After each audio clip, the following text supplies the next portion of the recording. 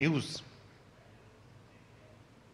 तो प्रधानमंत्री की ही इन बड़ी बातों पर आइए कर लेते हैं बात, क्योंकि प्रधानमंत्री ने आज जो तस्वीर भारत की सामने रखी है वही दिखाती हैं कि किस तरीके से भारतीय अर्थव्यवस्था भी लगातार आगे बढ़ रही है। हमारे साथ इस वक्त शिशिर सिन्हा जुड़ गए हैं, जो जाने माने आर्थिक मामलों के जानकार हैं। बहुत बहुत स्वागत है आपका शिशिर जी। लेकिन साथ ही सबसे पहले आपसे जानना चाहेंगे शिशिर जी की प्रधानमंत्री अलग अलग मंचों पर भारत की डेमोग्राफिक पावर भी रखते रहे हैं, इकोनॉमिक पावर भी रखते रहे हैं, और आज तो प्रधानमंत्री ने बताया कैसे रिफॉर्म, परफॉर्म, ट्रांसफॉर्म इस मंत्र को लेकर सरकार आगे बढ़ रही है।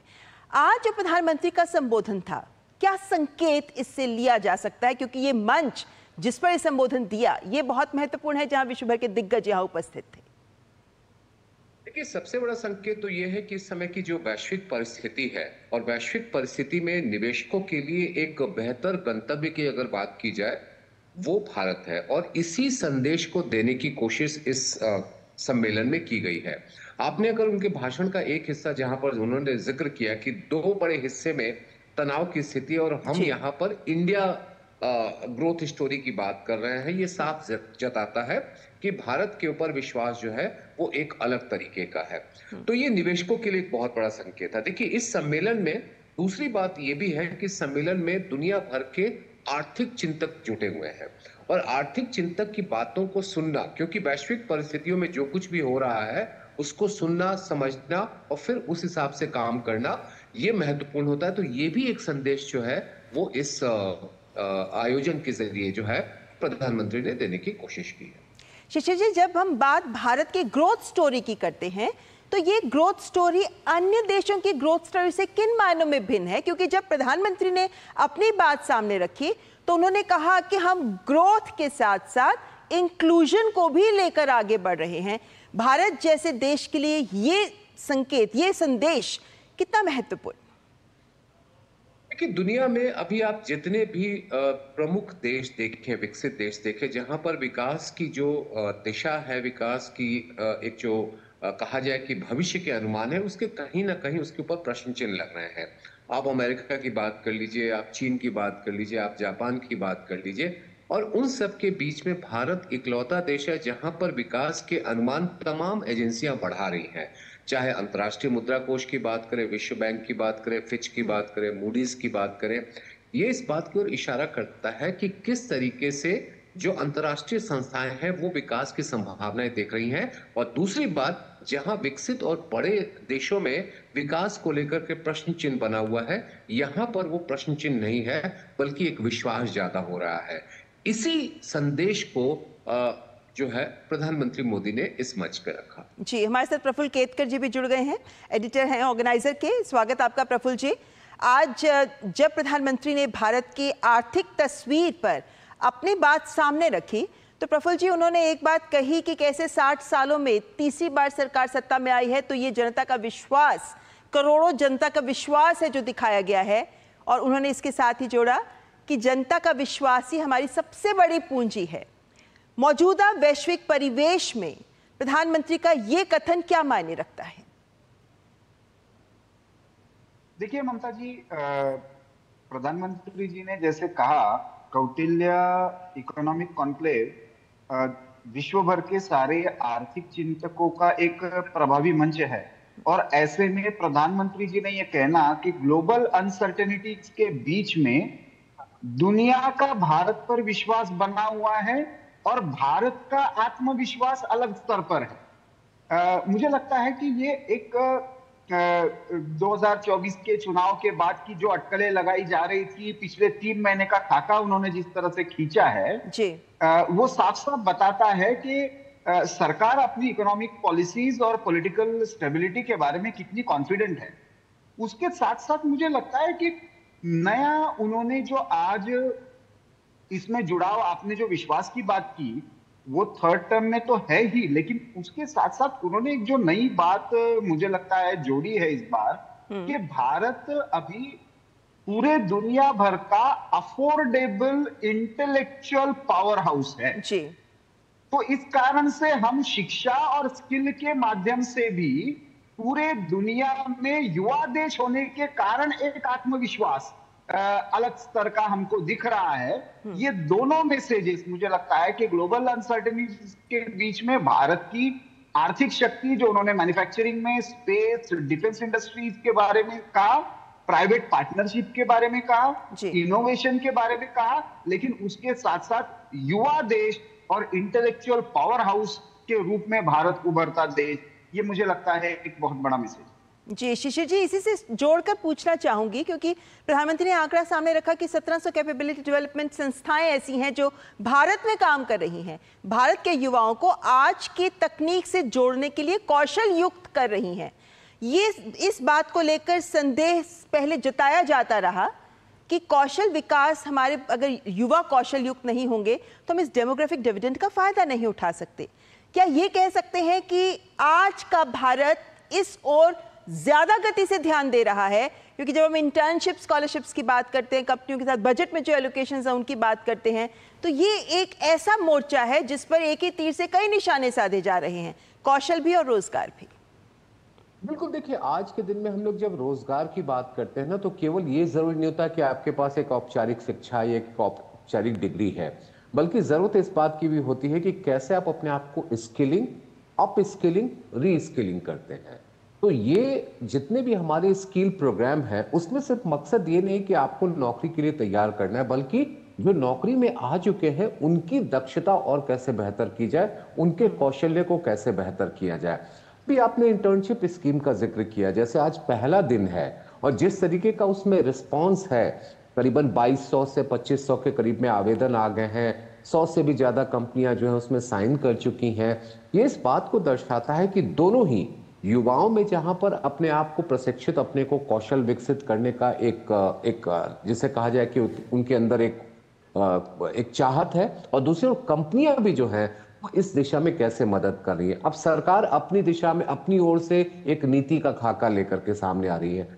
पूरी की पूरी व्यवस्था देखिए तो आज के दिन में कौशल्य की बात केवल यहां तक सीमित नहीं है कि हमने आपको नौकरी के लिए तैयार कर दिया, बल्कि नौकरी में और बेहतर आप कैसे करें, कारोबार में आप कैसे बेहतर करें, काम धंधे में कैसे बेहतर करें, इसके लिए स्किलिंग और रीस्किलिंग भी जो है वो इंपॉर्टेंट हो जाता है। जी प्रफुल्ल जी, ये जब हम तमाम बातें अभी तक देश के विकास की या ग्रोथ स्टोरी की करते आ रहे हैं, तो जीडीपी की हम बात करते हैं, तमाम अन्य आंकड़े भी सामने रखे जाते हैं, लेकिन इसी मंच पर वित्त मंत्री ने इस बार पर कैपिटा इनकम की भी बात की। प्रति व्यक्ति आय देश की कहां तक हम पहुंचा सकते हैं।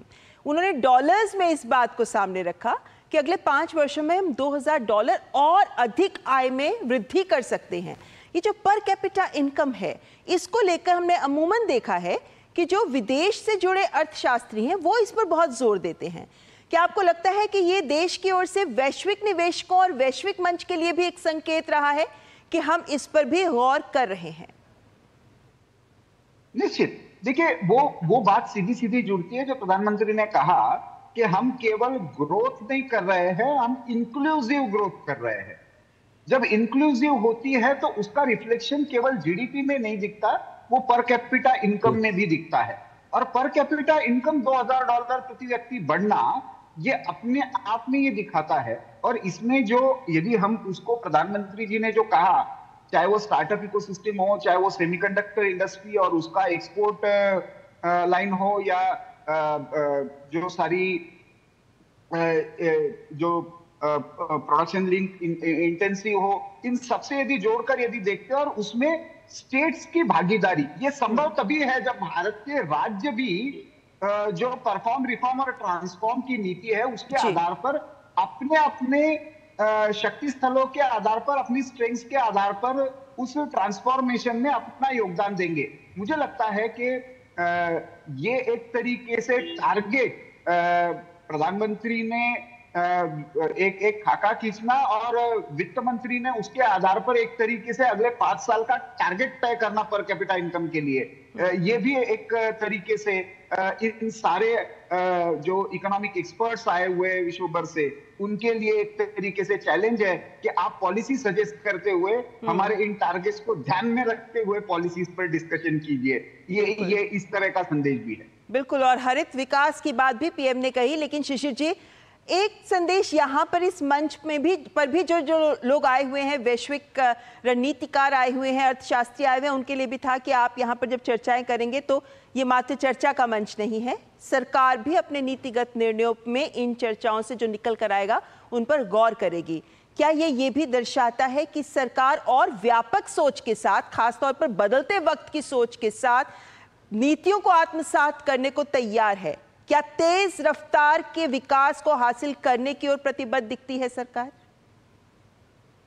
बिल्कुल, देखिए, जब हम लोग कहते हैं ना कि हम लोग एक वैश्विक गांव यानी कि ग्लोबल विलेज में रहते हैं, तो जब ग्लोबल विलेज में आप अगर सोचे कि हमने अपने देसी अर्थशास्त्रियों की बात सुन ली तो हमारा काम हो जाएगा, उससे बात नहीं बनने वाली। क्योंकि आज के दौर में आपको दूसरे देशों के साथ अगर प्रतिस्पर्धा करनी है तो उन देशों में क्या कुछ हो रहा है, दुनिया की बेहतरीन प्रैक्टिसेस क्या है, दुनिया के अलग अलग देशों के बेहतरीन प्रैक्टिसेस क्या है, वो वहां के आर्थिक चिंतक बताते हैं।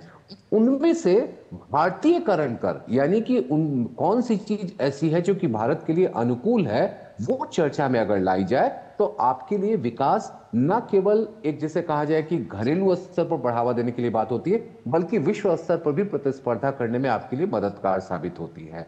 तो ये आयोजन का मकसद एक ये भी है कि दुनिया के बेस्ट प्रैक्टिसेस को समझा जाए और कैसे उसका भारतीयकरण किया जा सकता है, जिससे कि विकास की रफ्तार तो बढ़े, हम विश्व में भी एक मजबूत आर्थिक शक्ति होते। जी, लेकिन एक शब्द था जो कई बार सुनने को मिला इस संबोधन में, वो था स्ट्रक्चरल रिफॉर्म्स। प्रफुल्ल जी, जब हम संरचनात्मक सुधारों की बात करते हैं तो वो कई स्तर का होता है। आपने राज्यों की बात की, जिसको लेकर प्रधानमंत्री ने इस बात को रखा कि ये संरचनात्मक सुधार, ये रिफॉर्म्स राज्यों में भी हो, इस पर काम हो रहा है। ये संरचनात्मक रिफॉर्म्स किस हद तक हमारी इस विकास की, हमारी इस ग्रोथ स्टोरी को इम्पैक्ट करते हैं, किस किस स्तर पर इम्पैक्ट करते हैं कि इस पर सरकार वाकई जोर दे रही है? देखिए, दो बातें हैं इसमें। एक, जो अभी शिशिर जी ने कहा कि जो ग्लोबल बेस्ट प्रैक्टिसेस है उनका कहीं ना कहीं भारतीयकरण हो, और भारतीयकरण हो तो उसका स्थानिक स्तर की जो वास्तविकता है उससे जोड़कर भी बदलाव हो। जैसे पूर्वोत्तर में है, तो पूर्वोत्तर की हमने विकास यात्रा में एक अलग तरीके का कनेक्टिविटी हमने बाकी देश के साथ बढ़ाई, लेकिन यहाँ की जो कल्चरल स्पेसिफिसिटीज है उसको जोड़कर हमने यहाँ के क्लस्टर्स को भी डेवलप करने का एक तरीके से संकल्प लिया।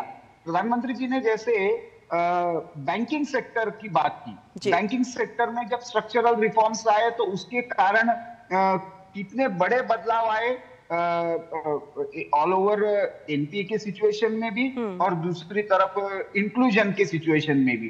तो ये स्ट्रक्चरल रिफॉर्म्स ये लॉन्ग टर्म प्रोसेस है, लेकिन उसको केवल हम जिस तरीके से आईएमएफ उसको सोचता है, वर्ल्ड बैंक उसको सोचता है, उस लेवल पर सोचकर नहीं चलेगा। हमारी